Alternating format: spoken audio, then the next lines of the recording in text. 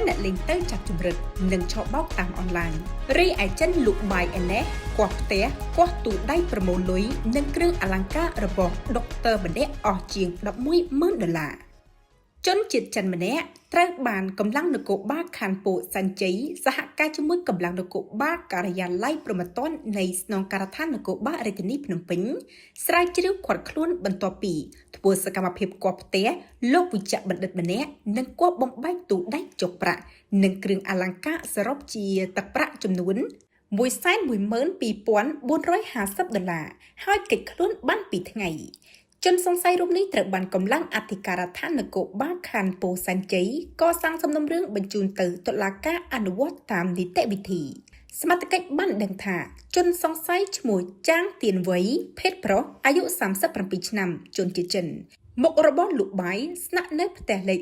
33បុរីជីបម៉ុងឡែនពោធិ៍ចិនតុងផ្លូវ 113K ភូមិត្រពាំងជ្រៃសង្កាត់កាកាបទី2ខណ្ឌពោធិ៍សែនជ័យរាជធានីភ្នំពេញចំណែកជនរងគ្រោះឈ្មោះអិនសំភាវុធភេទប្រុសអាយុ56ឆ្នាំជនជាតិខ្មែរមុខរបរវិជ្ជបណ្ឌិតមានទីលំនៅផ្ទះលេខ35បុរីជីបម៉ុងឡែនពោធិ៍ចិនតុង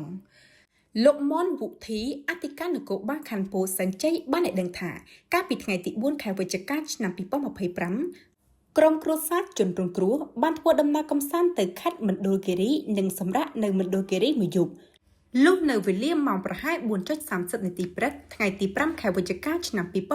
2025ទើបក្រុមគ្រួសារជនរងគ្រោះត្រឡប់មកផ្ទះវិញស្រាប់តែឃើញផ្ទះរបស់ខ្លួនបើកទ្វារចំហ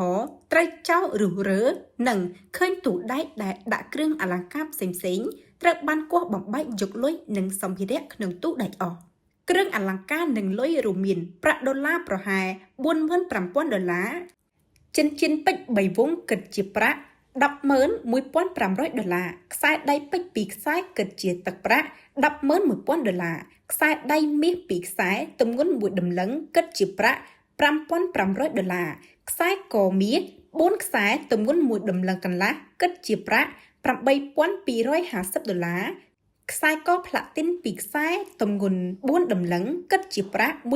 $16,000ចិញ្ចៀនមាស1វង់ទម្ងន់ 5G គិតជាប្រាក់$2,300ចិញ្ចៀនផ្លាទីន3វង់ទម្ងន់ 8G គិតជាប្រាក់ចំនួន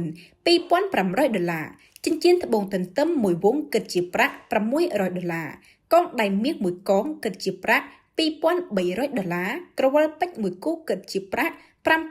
$5,500និងកងដៃផ្លាទីន2កងគិតជាប្រាក់$2,000សរុបជាទឹកប្រាក់$112,450SV ហុងស៊ុយនាំជីវិតទៅរកភាពថ្កុំថ្កើង